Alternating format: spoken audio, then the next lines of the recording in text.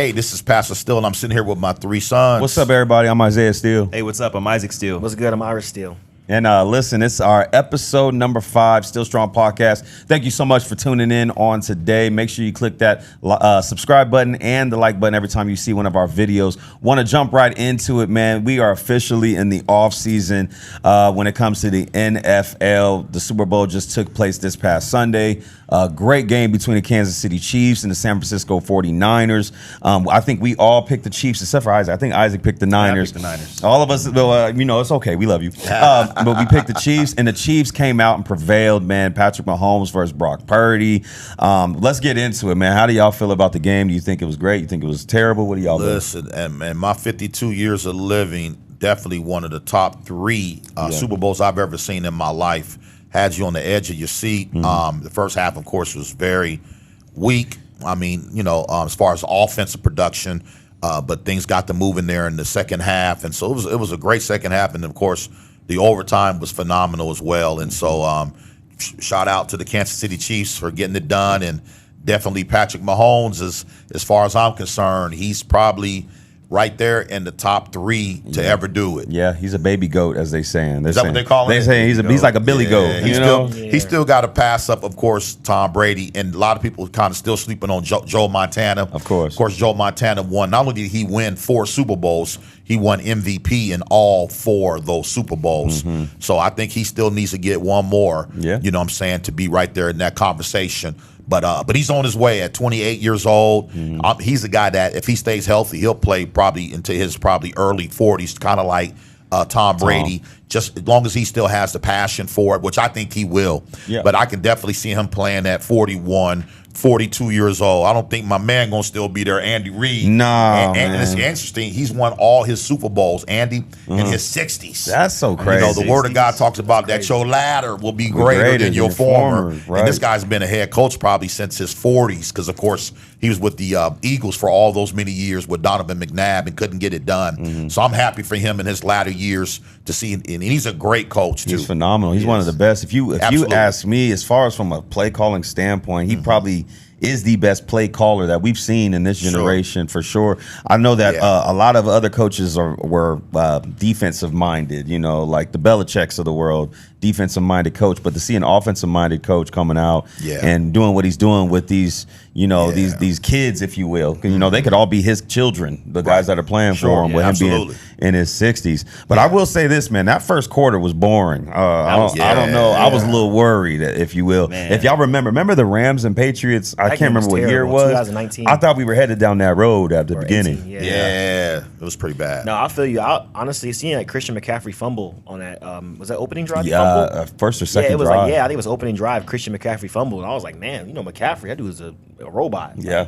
He does his thing. Of course, he picked it up at the end of the game, but seeing that, then Patrick Mahomes threw a deep ball to McCole Hardman, and then Isaiah Pacheco fumbled. That was when, of course, Travis Kelce ran into Andy. He bumped into Andy. So, the game definitely started off, it's turnovers. You could tell it's chess, it was like a boxing match, first couple rounds, you're trying to, fill each other out, see what's going on. And of course, second half, it turns up. And, I've watched a lot of Super Bowls in my 24 years. That was definitely one of the best I've seen just on a football standpoint. If you're most people watching Super Bowl, especially because of Taylor Swift, a lot of casuals, a lot of folks that don't watch football regularly, they probably were bored out of their mind. Like, what's going on? But for us as football lovers, that was a good game. It was a chess match. It was a we saw a battle of turnovers. That punt return that fumbled by the Niners, that lost them the game. Of course, special teams when the extra point got blocked, that ultimately lost them the game. That was huge. We're seeing little stuff like that happen. So I thought it was a great game. And we all knew too after a while, man. Patrick Mahomes, you put the ball in his hands.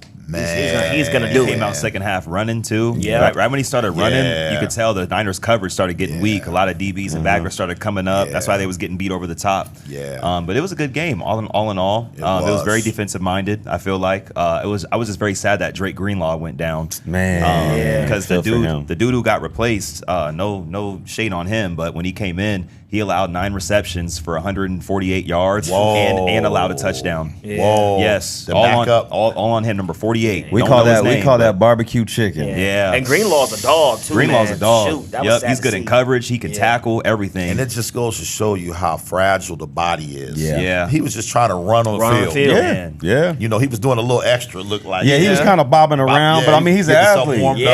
Super Bowl. And then it was his Achilles, right? His Achilles. Yeah, you can see his whole leg up to his calf. That whole thing just shook. Shot up. Yeah, man. Isn't it crazy how we started this NFL season with Aaron Rodgers doing that in front of the whole world, and we ended it with seeing him do it. The same thing. Not a good situation for sure. The sad thing, I watched the medical report 2 weeks ago. He almost didn't play in the game because he had Achilles soreness. So what they're saying is over time it was micro tears in it, and then it finally gave out on this past Sunday. So KD had that same issue. KD popped his. He missed most of the playoffs that run because of something similar. Then of course in the finals in Toronto made a move, snapped completely. Kobe did his too. Kobe popped his Achilles. I ain't gonna lie, man. A couple years ago, mine was getting sore. I sat down for a month. I said I ain't even gonna play with it. You know what I mean? I'm gonna just let this thing get out right of bed out. fast. I'm good. I don't want to deal with that. That's a year of healing. Yeah, and you can't do anything without your Achilles. And that's a year of healing with millionaire athletes with the best doctors. We ain't talking about Joe Blow on the street tears Achilles. You gonna have a limp for the rest of your life, bro. Jesus. So that's it's a 9 month to 12 month. Easy. 9 to 12 months to be recovery. normal again for sure. Yeah, that's right. Because Aaron, he basically missed. He played 3 plays I think back in September. Yeah, that's still so crazy too. But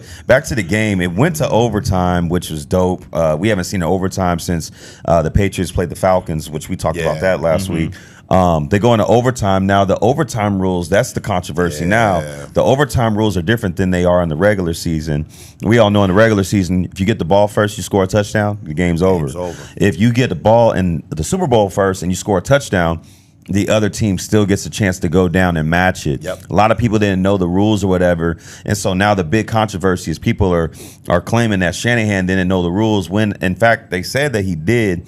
The main thing was he wanted to get the ball third. He wanted to go down, score, figured that the Chiefs would match it, and then go down and score again. But it didn't work out in their favor. I don't know what he was thinking. Maybe he thought he had Patrick Mahomes, and they was going to go down and score. Because you're literally giving Mahomes an extra down. Yeah, literally. Like, you know what I mean? Literally. So, and I watch people talking about it. I've seen Travis Kelce on the sideline. He was saying it. Hey, man, hold him to a field goal. We're going to go down there and score. Like, you know, all you got to do is hold him to a field goal. And guess what? They score a touchdown. That's all good. Mahomes driving us down there anyway. And Andy Reid actually had an analyst come in and break it down to the team how this overtime worked. Crazy. Where the Niners didn't do that. No. And it's the little things that make the difference. But they're going to fire the DC, though. But, you know, which is 3 days after. And he held Mahomes to 19 points. Let's talk about that. It's his first season. Y'all went to the Super Bowl. Everybody talked about the Niners defense all year. How good they were. You go back to week 1 when they destroyed us. Right. The Steelers.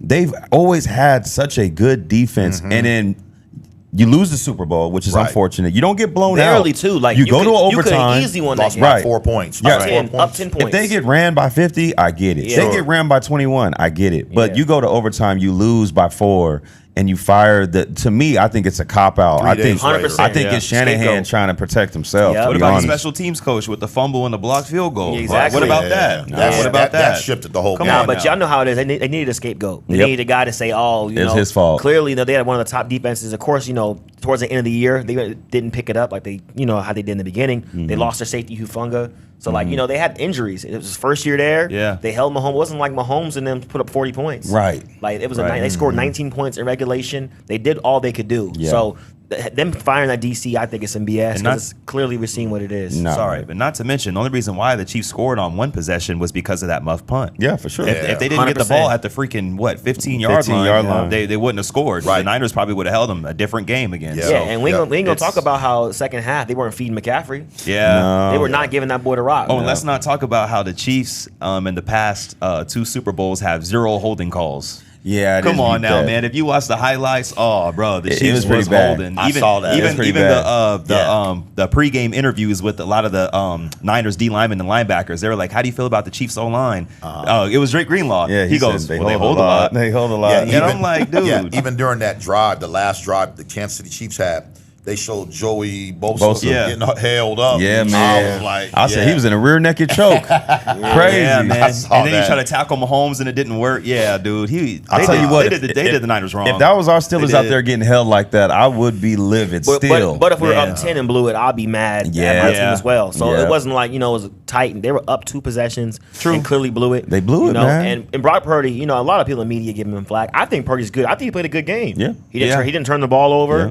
He did all he could do, and they ended up, losing the game. I just don't like the whole defensive coordinator situation, how they're going to, basically use him as a scapegoat. We're going to fire the DC. Right. And we all know a couple plays go different. They win that game. He's still the DC. Yeah. Right. They're not firing him after a Super Bowl. Right. So, not right. I don't like how they did that at all. And I like Purdy's play. Now that you talked about him, I really do. He's just too much of an intermediate guy. He's good with the screens. He's good with the 10-yard digs. The over routes. He got to get better with his deep ball. Yeah, he has to. That's the only way that he'll really get over that over that hump. And he hasn't even been 24 years old for 50 days. Right. They had a breakdown because between Dan Marino, Ben Roethlisberger, they were the youngest to go to the Super Bowl at 23. Wow. And when they showed how old he was 24 years old in 42 days. Wow. So he still got a lot of football to play. Right. He's a game manager to me, but he can be I believe he'll be a game changer. Yeah. Before you know it. Give him a couple of years. At 27, 28, this guy's going to be, even maybe next year, it'll be his third full year starting. Right. So he's got and his running. He hasn't played his best. He hasn't played his best football at all. Not even a little. And he can run. And he showed glimpses of him running this year. He did. I know how it is too, man. Good isn't good enough in the NFL. Especially at the highest level against Patrick Mahomes, just head to head. We knew it too. We were watching the game together, and we knew by the second half, it was just 3 and out. We're like, man, clearly Purdy, he's doing what he can do, but come on now. You got to be special, what they call splash plays. Splash plays. You need plays, you need big plays, stuff off the script to, happen. And that didn't happen. So, and there was definitely missed throws, stuff like that happened. But they were up 10. Yeah. They have the best running back in the NFL, Christian McCaffrey. Didn't give him the rock like I thought they should have. So, and of course the overtime stuff that happened, special teams. The Niners blew this game straight up. They did. That's after everything you just said. I'm like, that sums it up. They blew it. They didn't do what they were supposed to do because they were the best team. Yeah. If I was a Niners fan, I'd be so hurt because y'all know what it is. Like these last, let's say since Colin Kaepernick gets the Ravens up to this point, it's about 11 years of them. They should have they should be up about 3-4 rings. Yep. Easy. They could be at ring. They could be at ring 7 or 8. They've lost their last 3. Yeah. Super Bowls?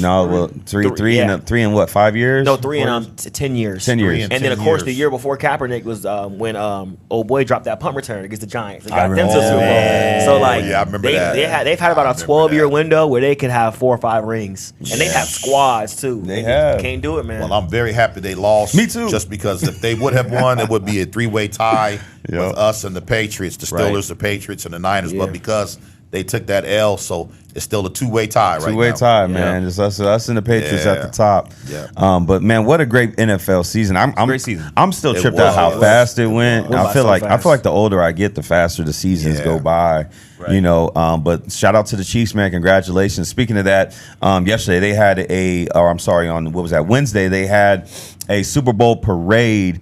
Of course, the barrage of a lot of funny things that were happening. I seen guys running in the streets with their shirts off. I seen Travis Kelce kind of up there just slurring every type of word that he could as he's trying to talk. Patrick Mahomes guarantees another one coming next year, which will be the first 3-peat ever. All that stuff happens. It's such a great time in Kansas City, and some idiots come out there and they start shooting in the crowd.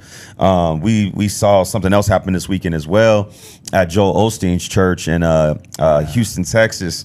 A lady, schizophrenic from what we're hearing, decides to go ahead and open fire for whatever reason, ends up shooting a 5-year-old. 5-year-old lives, thank God. Wow. And they end up killing the lady who was behind the trigger. So you have those two things happening within 4 days of each other. Yeah. And it's just really sad to see at the end of the day, we could be at our peak in America, but America is still gonna America. It feels like where I've literally felt like probably like a month ago, I was driving home from work and I thought, man, we haven't had a mass shooting in a while. Like I was thinking like, it's been a minute, we're doing good. Got it. And we get 2 back to back like this in a 4 or 5 day period. It's unfortunate. Want to send our condolences to the lady who lost her life yesterday in Kansas City. From what I hear, she was a mother just there celebrating with her family, and had no idea that was going to be her last moments of life, stolen from her. They did whoop up on the dudes, though. I don't know if y'all saw the videos. They chased them down. They chased them down. They got them good. I saw that. Yeah, they chased them down until law enforcement came. Yeah. Oh, wow. I know they didn't sleep good in the jail. They got jails. the trigger man. They got them. There was two guys that shot into the crowd or whatever. Wow. But very sad situation, man. What can we do better to prevent? I mean, I know we've talked about it before, but like, what could we do better to prevent shootings like that of people just, whether they're off or they're just upset at the world or whatever it may be? What could we do to, I guess, prevent something like that from happening? Me personally, I hate to say this, I don't really think there's anything we can do, and I hate to even be the bearer of bad news. We just live in a wicked world, and it's getting even more wickeder. You know, even you mentioned, of course, Joel Osteen. You can't. Here it is. They're supposed to be celebrating this football team, right? You know, and then you got a shootout going on. Then people are trying to just get the word of God. Then you got a shootout in the church, and it's like, what mean is this? Right. You know, and then and the reason why I believe that we're in the season we're in, and we're going to continue to be in this season, is because mental illness is at an all-time high. Schizophrenia, bipolar. Even the lady that did the shooting at Lakewood Church at Pastor Joel Osteen's. She got murdered got killed that same day, which she should have, you know, for what she did. Nevertheless, by the time they got done, you know, doing a whole story on her, she was bipolar, schizophrenic. Man. Used to actually be a member of the church. They even showed how she contributed financially to the church, but then over the years fell into this whole mental illness. And I just think that because of where we are, you know, with mental illness, that, you know, anywhere you are, you almost got to be on the swivel. And it's sad that, because I don't believe that anybody should operate in fear, but we definitely have to be cautious when we're in places, you know, and it's unfortunate that we're in that season where you have to be cautious when you're, you know, at a football game, when you're at church, you know, places where you should be safe. Right. I mean, look at the grocery store. Was that a couple of years ago? In Buffalo. Buffalo. Guy runs into a grocery store, just starts shooting people, and was going after African Americans. I mean, so it's just, to me, it's sad, you know, that that's where we are. Yeah. And I don't personally see it shifting. I mean, by faith, I'm hoping it does. Of course. But I just believe that as the world goes, it's getting wicked and wickeder. Because they have security. I'm sure they got police officers out there. I'm sure they got were deep. SWAT. They were deep. I think they had everything. Yeah. The FBI was there. It was 800 officers, I believe, if I'm not mistaken. Yeah. And you still got idiots. Yeah. Exactly. Still, man. You know, I agree with you most definitely. You know, I hate to sound like pessimistic, but it just is what it is. People are going to be people, especially in a country like America. You know, like I've said it before on this podcast, man, guns are like, as American as like a cheeseburger or a hot dog or a beer or something. Yeah. Jesus. Like a gun in America just go hand in hand, straight up. So, and you know, and it, you know, and I am definitely pro-gun. I believe in having a gun to protect your family, to protect yourself. But ultimately, you know, is two sides. You know, there's bad side and the good side, and the bad side is the mass shootings in America that continue to happen. You know, you got school shootings, church shootings, grocery store shootings, stuff like that. And you know, it's mental illness. It goes hand in hand. People that are mentally ill, they're gonna do it. You know, hurt people. And I just, you know, you just gotta stay prayed up out here. That's all you really can do. That's all you can do, man. That's all you can do. We live in a dystopian type world now, man. It's very, very crazy. Like every day when I drop, this is Black Mirror for real. For real. Every day I drop my daughter off, and she's in kindergarten, 5 years old. And, you know, every time I get in my car, I always say a quick little prayer. Lord, protect her today. Yeah. You know, the school she goes to is a good school, good area, but you don't know. You know, it doesn't matter in America. It doesn't. You're safe, but you're not. You know what I'm saying? Yeah. You've always got that 1% chance or 50% chance of something bad, you know, potentially happening. But want to send our condolences to the lady that was lost, and to her family on yesterday. And you know, hopefully we can, you know, next parade, they said they three-peating, you know what I mean? The chief said they going back, so maybe hopefully next year they can have, you know, a drama-free parade. I'm hoping that they don't, though. I'm hoping that parade is in Pittsburgh, Pennsylvania. I'm about to be flying out there and be cold with my peeps and have a good time. with them.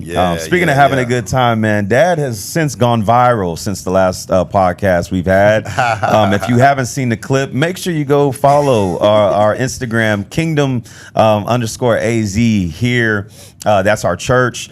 But we posted a clip on there that went viral a couple Sundays ago where our dad and our mom were up talking about marriage. And the topic got brought up of what a man needs and what a woman needs.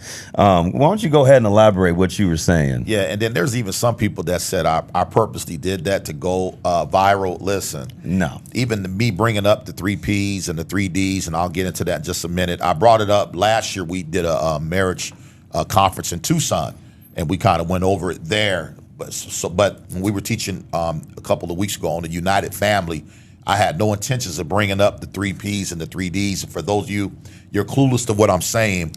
The three Ps stand for a man needs peace. Number one, give your husband peace. He needs pasta. In other words, feed him. And the other P, I'll let you figure that other P out. I'm sure you already know what's up. Yeah. And then I flipped and I said, and the woman needs the 3 Ds. She needs dedication. She needs dollars. Because women, they love security. Yeah. So a lot of times the bottom line is they want to make sure you got bringing some bread to the table, some dollars. Right. And the last thing I talked about was the D, which obviously you know what that is. Dedication. Discipline. Nevertheless, the comments, I would say about 80% of them have been very positive. Yeah. And then 20% of them have been very negative. People throwing me under the bus. Which, I've been living in this body for 50 plus years. I can really give a care what people think about me. I ain't losing no sleep behind, people being very critical about the statement that I made. Because some people are saying that it should not have been a statement made on a Sunday morning, which I beg to differ. At the end of the day, I think that's the appropriate place to address things like that. Because right now, if I'm not mistaken, the divorce rate right now is between 53 and 56%. Right. So that means 1 out of every 2 individuals are getting divorced. And I'm big about trying to, come against that spirit, because Malachi 2:16, it says that God, he hates divorce. Right. He does not hate us, but he hates how we allow the enemy to come in and divide and separate.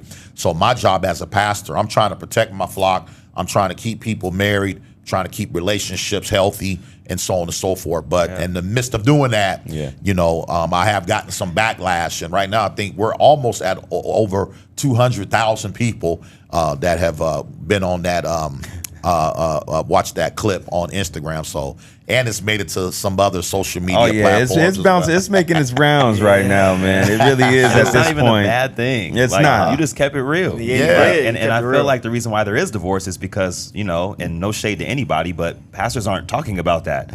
They're not being real with their flock to a certain extent. You have to put yourself in their shoes in order to understand them and to coach them. Right. They're not their children, but they're your spiritual children. And it says train your child up the way they should go. That's so right. they won't depart. That's good. You know what I'm saying? So I feel like what you did was a service to these people. It wasn't I'm trying to go viral and be funny. And you wasn't doing that. And I know how you preach. You always keep it real. You say real, raw, and relevant. Yeah, and I've said things like that in my pulpit for years. Yeah. You're not clout chasing. Right. And it's 2024. You're trying to keep it plain for the people. That's all you can do. This ain't old school church back in the day. Try to like I just said, not keep it all the way real. We're going to give you half the truth. No, nowadays you got to give it to people, in a way that's different, especially, with the new generation. So I don't think what you did was wrong at all, man. People are going to be talking regardless. Sure. That's just, it is that's what it just is. how it is. And I think a lot of people took it out of context too, because I was reading the comments, which is hilarious, because we're all wired the same. I think it's hilarious. People are like, oh, he's a false prophet. They said you're going to hell. Somebody said, I'm going to hell. Somebody said, where's the church mothers? The church mothers. Somebody said, this nigga right here. So, we're reading all these comments, dying laughing. But a lot of people were like, this isn't right. You should be married first before you get any of that stuff. I'm like, you idiot. We're talking about marriage. Yeah, it's a marriage series. It's literally, the whole segment was on building a family. And it was obviously we were touching on marriage. It wasn't saying that you need to be giving the 3 Ps and the 3 Ds to your girlfriend or boyfriend. Right. That's something that we're not, I guess you can say advertising here at Kingdom. But watch the clip, man, and tell us what you think. Comment in the we love the views. It's been getting, once again, negative or positive. We like to drop a comment. Drop a comment. Hit that like button. Share to somebody. Just let somebody else see it. And once again, like Isaac was mentioning, you've been a pastor now 19 years. 19 years. Not once have we ever seen you or any type of evidence of you being a clout chaser or trying to go viral. Right. And I can't say that for half the pastors that I know are out there in the world right now. Everybody's trying to go viral for something. And that's just not what church is about, man. Church is about speaking to your people, encouraging them right where they are in that space. And you know what? If something does go viral, so be it. But that's never been the intention. That's why we can read the comments and just kind of laugh. You ain't never called Jesus a stripper like Homeboy. My God. You know what I'm saying? Yeah, I watched that. Like, that was crazy. I'm not going on stage spit in somebody's eye. Yeah, you're not doing saw another pastor do. That's crazy. That's cloud chasing. A little overboard. Yeah, that's just over the top. And even if you did start doing that stuff, it would be so much out of your character. We'd probably sit you down like, you going through a midlife? Like that. Is you about to go? Okay? I was like, you about to go buy a Corvette? With a Nike sweatsuit. You get the Nike Tech that match the Corvette. That's what I'm gonna be worried about. Yeah, y'all need to come rescue me with the Air Force on my soul. On my soul. Yeah, pull up with some diamond earrings, got some hoops. I'm like, what you got going, man? Start dyeing my beard. Yeah, doing all that extra stuff. Trying to get some dreads. And come on. Yeah. But we know that's not your heart or your character. That's why it's funny. But like we said, man, go find the video. It's out there. It's out there. Yeah, it's out there. Social media, check out Kingdom AZ as well. I don't know if you reposted it on your page, your personal Instagram. I don't know if you did. You did. Go follow and give us another view. Let us know. Let us see that. What do you think is the ideal age to get married? Do y'all have like an ideal age? Ooh, well, I personally think between 28 and 32. 28, 32. Obviously, I got married at 20. I definitely would not encourage that. Sure. I was a kid getting married. I was still hadn't gotten my footing, never experienced single life. Right. But I think that's my personal opinion between 28 and 32. 28, I think you should go live a little while. I get you. Gotcha. I think because 25's, Ira said it all the time. 25 is the new 30. Or sorry, 30 is the new 25. Got you. That's what I'm trying to say. Yeah. But with that being said, I say between 27. Yeah, 27. Yeah, same. I'd just say same. 28 to 32, 27 to 32. Mm-hmm. I feel like, that beginning year of your 20s, that's the most fun. I feel like the end is where you're trying to date and settle down. Right. So I would say 28, 32. Yeah. Right. And then of course for men, we can get married whenever. As men, women get married when they can. That's why I was trying to swing it to Ira. What you think? Well, no, I was gonna say 28. I would say 35, honestly. Mm-hmm. I would, especially depending on career path. Depending on what you're doing, you could be traveling or you could be a travel nurse. Sure. You could be just working, being a man, working, doing what you can do. I feel like 20, 35 nowadays because it's different. Because back when, back in the 90s, early 2000s, more folks was, married 25, have a kid. Right. Mm-hmm. Nowadays, I feel like that's more like 30 years old. People are doing that now or late 20s. Yeah. So, I would say 20, 35, just depending on the person, depending on career path. Because, a lot of people nowadays, no one's getting really married, but if they are getting married, it's usually late 20s, early 30s. Because I know back in your time that it was not like that at all. All your folks, all your homies was married young, had kids young, but absolutely. More, I feel like the dating pool is a little different now. Yeah, and even the generation before, you can have a factory job. You can go get a house, put your kid through college, dog, car, kids, all that. Nowadays, bro, you gotta really get your money. A lot of folks are trying to crawl out of debt before they can do that. They paying rent. I'm like, I want some structure, I want some stability. Right. The last thing I want to do is bring kids into this world, and I'm still trying to climb out. And of course, it's not going to be perfect. Right. But I want to at least have some type of infrastructure. Be comfortable. Exactly. I want to be comfy. I want to be comfortable. I want to go take them back to a house that I'm paying mortgage on. Take them back to a condo. Take them back. Be able to get them some cleats, put them through this, do that. You want to be comfortable. You kind of want to get to a point where you swipe that card and you ain't worried. Yes, exactly. Because you never know, little Johnny might break his arm. You know what I mean? You know, somebody might get sick. We gotta go to the hospital. I don't want to be up here like, hey man, hey, you sick, but you know, hey, tough it out. I'm praying for you. You tough, right? Take a long shower. I'm not trying. So let's say you get married at 35. This is a question for y'all. Let's say y'all get married at 35. What's the youngest you would marry somebody? Like, you're 35 years old, right? 35. You got your career established. You got your own place. You got your own car. Your credit is nice. So I'm comfortable. You're comfortable. Okay. What's the youngest that you would marry a lady? Like a lady, what age? Dang. If you're 35. If I'm 35, the youngest I would marry a woman.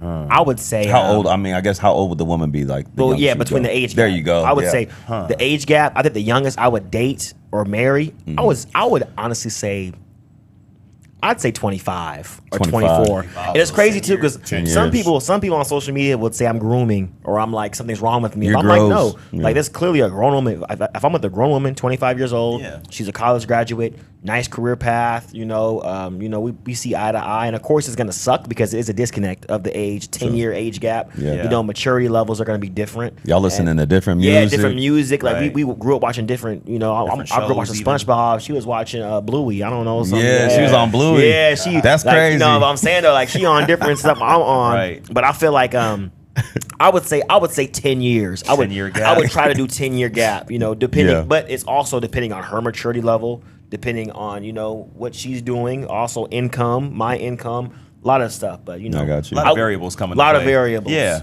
I would say like 28.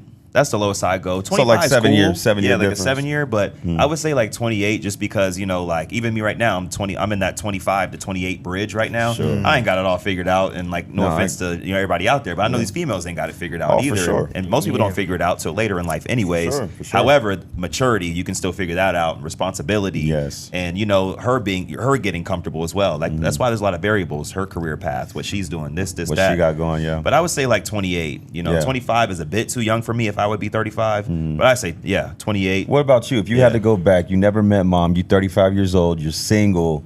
What age do you think was the lowest you would go as far as getting married? I agree with Ira. 25. 25? Be the youngest. Because you figure, too, I'm 35, she's 25.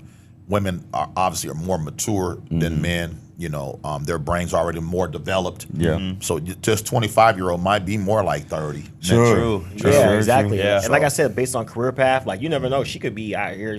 She's a nurse, whatever, good job, doctor, you know, whatever else. I just feel like I can deal with it. You know, also because like I don't want to go too young because I'm not trying to be a parent. Right. Straight up. up. Be babysitting. Right. Exactly. Like, I don't. that's the last thing I'd Yeah. want. And I just don't. I don't know. Like you said, Zay, the music, movies, TV, man. Because I'm very big on that. Right. I don't want to be a cultural disconnect. Like, come on now. I'm like, you ain't seen this movie? What? You ain't seen that? Yeah. Like mom asked me a question one time. She said, "What if I passed away now, and at 52, would I go find a 32-year-old at 52?" I said, absolutely not. I will go find me somebody that's like 45 to 50. Gotcha. Just because I'm not trying to raise somebody. Right. You know, Man, you ain't gonna get no young bull, man. No. That's how he gonna get 21. I'm going 19. That's freshman year of college. He put it through college. Man, that over there hanging out on Mill. You on Mill, man. Mill I sit on Ave Lemon Street. by Man, ASU. that's funny. Yeah, come on. Talk about Go Devils. He had all the games. Yeah. He had a student section. Turned up. and that sounds cute, sexy to go that young. But no, I would go with somebody older. Yeah. You know, somebody. Yeah, I'm not trying to be raising somebody. Exactly. Yeah, I don't want that. I don't want to deal with get that. it. How do y'all? What's y'all? And we've never talked about this before, but what's y'all take on marrying somebody who has children, somebody who's had kids in, you know, previous relationship, whether they were married, they were dating somebody, you know, because I know like there's some people that are like all for it, and I think that some people are called to do it. To be honest, I think there's certain men I agree with that that. were born and were called to like step in. The man that stepped up, you know, we call him the stepdad, but it's the dad that stepped up. Yeah. You know, what is y'all take on it? Do you feel like that's something that you would be willing to dive into, or is that, you know, you kind of let that cup pass you by? I'm gonna be real with you. This way I said it. I said it good, right? You did. I said it good. No, me personally, you know, preferably, I would want my first child to be her first child. Got you. I would love, I feel like that's something that we share. We had that experience, especially if we're married. I can look at you. We did this together. I want that to be our shared experience, preferably that moment.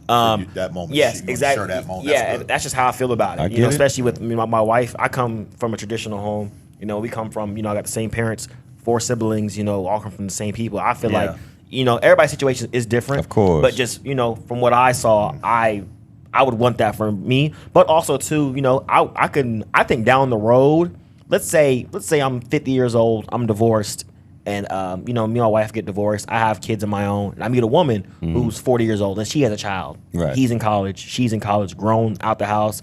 I don't see why. That's if I got with them, yeah. I don't think that'd be crazy at all. So, right, you just wouldn't be. You ain't trying to change diapers. Yeah, I don't want to raise. I wouldn't want to raise anyone's child. Gotcha. And never say never. Never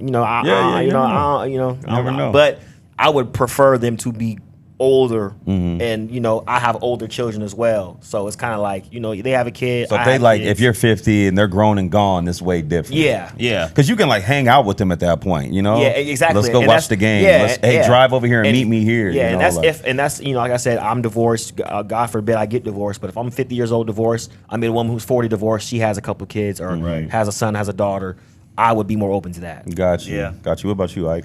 Man, nah. Same with Ira. If I was older, for sure, you know what I mean. And if our kids were older, they're in college, they can do their own thing. Yeah. But in a perfect world, let's say right now, I wouldn't do that. Just me personally, just because memories shared. Like, I could have that connection with that woman. However, it's like I want to build memories and be able to build that culture with her as well. Yeah. And cherish those moments. So me personally, it's just a no. Yeah. I'm just gonna leave it at that. No, I get it. I'm gonna leave it at that. I wouldn't do it. What about you? I'd let that cup pass me by. Yeah. Or that kid. I like what you said, Isaiah, that there are some people that are called to that. They are, and I think that's great. Like you said, instead of a stepfather, it's somebody that stepped up. And I believe that it takes a special grace, for a man to step into a situation where there's already children there that are present that aren't biologically his. It takes a real man to really step up to the plate and say, you know what, I'm not only saying I do to you, but I'm saying I do to those kids as well. Right. And again, it takes a special grace to do that. I don't believe that grace is on me, especially at 52. Of course, I already had my 5 of my kids by one woman, and I have to kind of revert back to my dad. He kind of breeded that in me as a 7-8-year-old. Because my dad had 10 kids by 6 different women. And so he was very intentional when I was growing up. He said, make sure you get one wife and have all your children by her. He said, don't be like me. He said, I'm spread all over the place. Yeah. And that was his exact words. Yeah. And I'm grateful that he, at 8 years old, sat me down and had that talk with me. And so I've been intentional. I wanted to make sure that whoever I linked up with, that would be the one that would have my children. Of course, you weren't playing. Sure. You're 32, almost 32 years later. Right. But I knew that once, I got her pregnant, I'm like, you know what, this is going to be it. Even though I tried to fight it, because I had some other situations going on. Of course. But God, he's a faithful God. He's a good father. He's a good father. No pun. But I was 19 years old back when I got your mother pregnant. Because by the time you were born, I was 20. And mom turned 19 3 days later. Got you.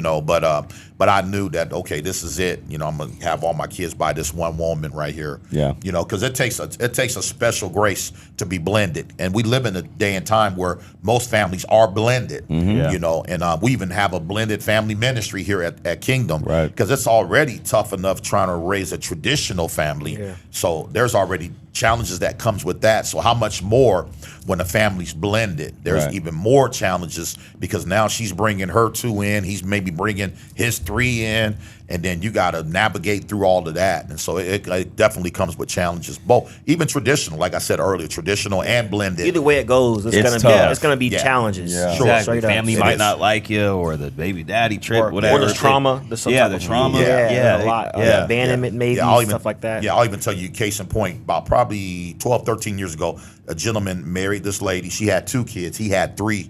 And when they brought everybody in together, there was 5 total kids. Right. And he would say things to me like, well, my kids and her kids, we have food on a different side of the refrigerator. Like, that's crazy. That's nuts. Wow. And he even told me, he said her kids know that they can't touch my kids' food. And I was like, What? man of God, you Can't do that. I had to sit down with them for like 3 consecutive weeks to help them navigate through the refrigerator. Oh wow. Wow. I'm like, we should not. You shouldn't even sign up for this. Yeah. Yeah. And At I that had If told point, they're gonna him, move like that, yeah. I said, bro, he's like, but they ain't mine. I'm like, brother, but when you said I do, Yeah. all that food goes into one pot. Exactly. Absolutely. I said, none of this.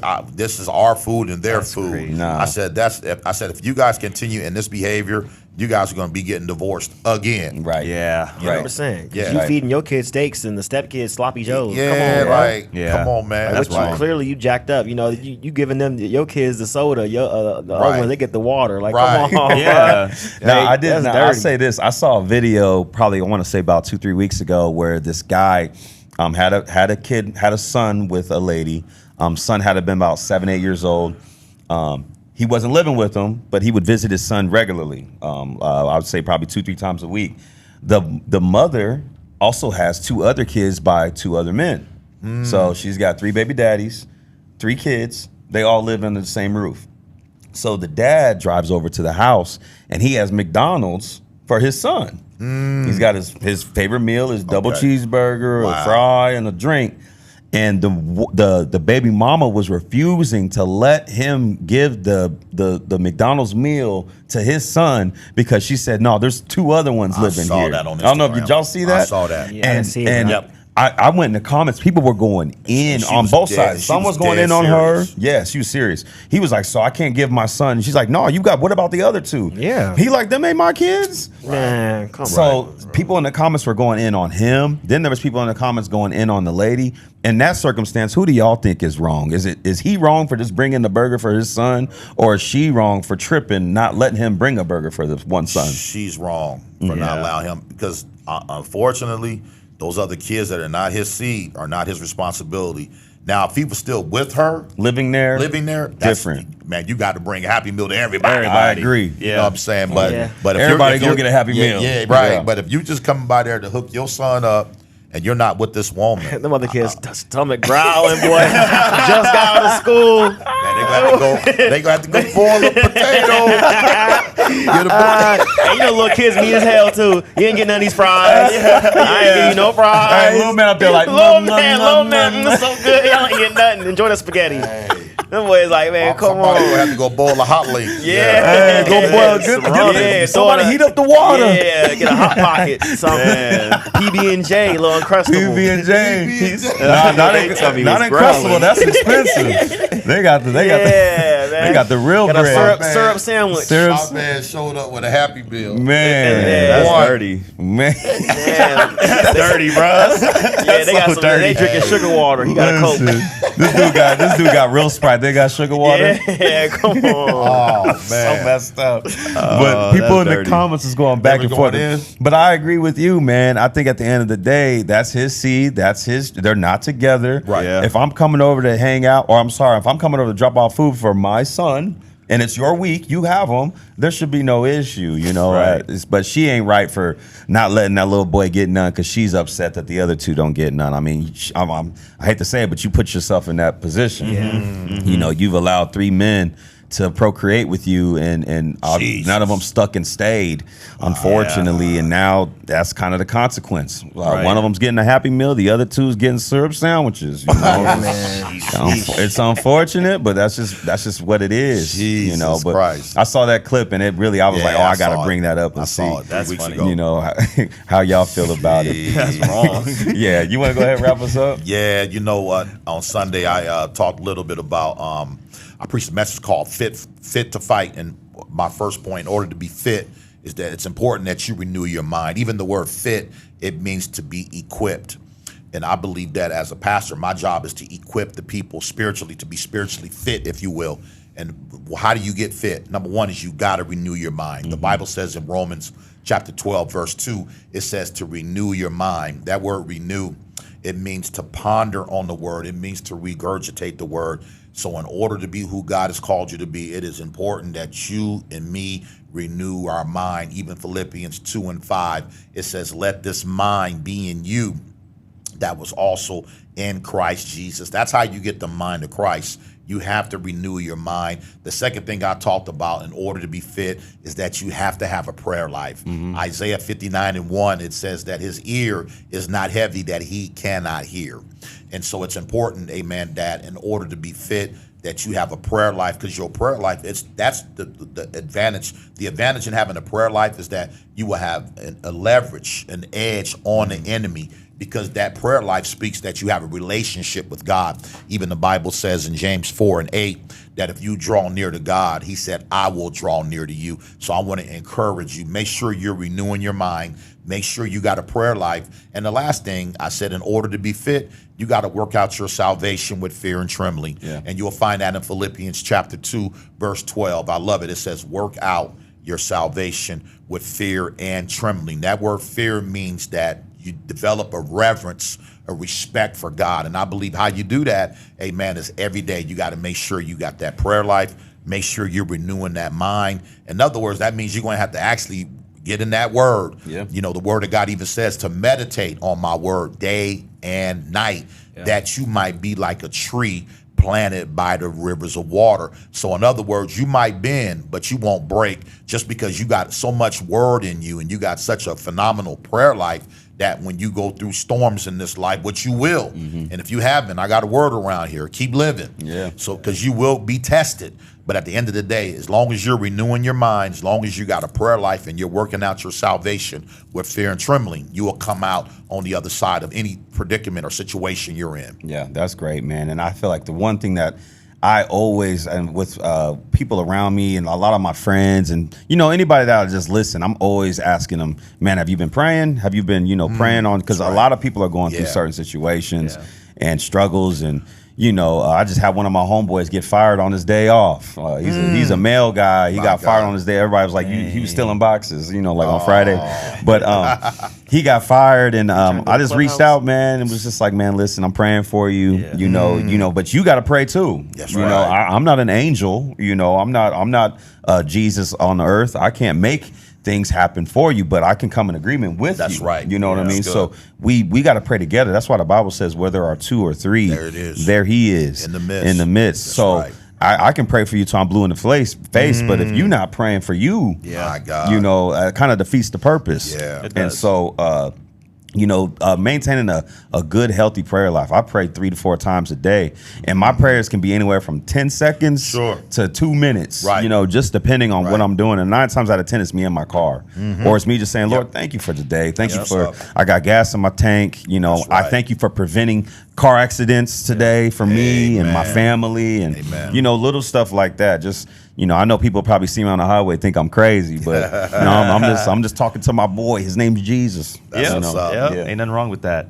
But no, the same way that you guys, you know, you meditate on your football plays, the same way you meditate on work, the same way you meditate on your family, is the same way God wants us to meditate on His Word. And I feel like if we do that and we stay prayed up on top of that, everything will come into fruition. You know, when you're fit mentally, that's what makes you strong. Because like playing football and everything, dude, like I'll tell you what, there are days I woke up, I'm like, I'm good off today. I'm not doing that workout. I'm not doing this or that. But guess what? It's all a mental game. And the devil is trying to ruin your mind. That's so if you're not only mentally, you know, fit when it comes to work and family and this and that, it's going to benefit you. But at the same time, you have to be that same type of fit when it comes to the spirit, when it comes to the enemy. And that's something I'm trying to learn and process on my own as well. So, you know, just being fit spiritually and mentally and physically is all good, but straight up, you got to be more fit mentally and spiritually. Those are like the main two. Because physical body, you know, you can still get around. You ain't got to be no 6-pack stud, this and that. But when it comes to your mental health and your spiritual health, that needs to be up on a different tier. It has to be. Yeah, and they go hand in hand, like you said. They call it the mental 6-pack, man. You gotta have your mental is just on a different level, you know. And of course, you know, mind, body, spirit, everything goes hand in hand. You know, it starts at the top. You know, they say it starts at the head, it works all the way down. So you know, it's I love what you and mom do. You guys always pray for good news. You know, y'all start off, you know, just little stuff like that. You know, good news. Make sure my family's safe. Make sure, you know, people are, people I love are good. Make sure everybody has a good day. Yep. And it starts there, little stuff like that. Then of course you can ask for the big thing.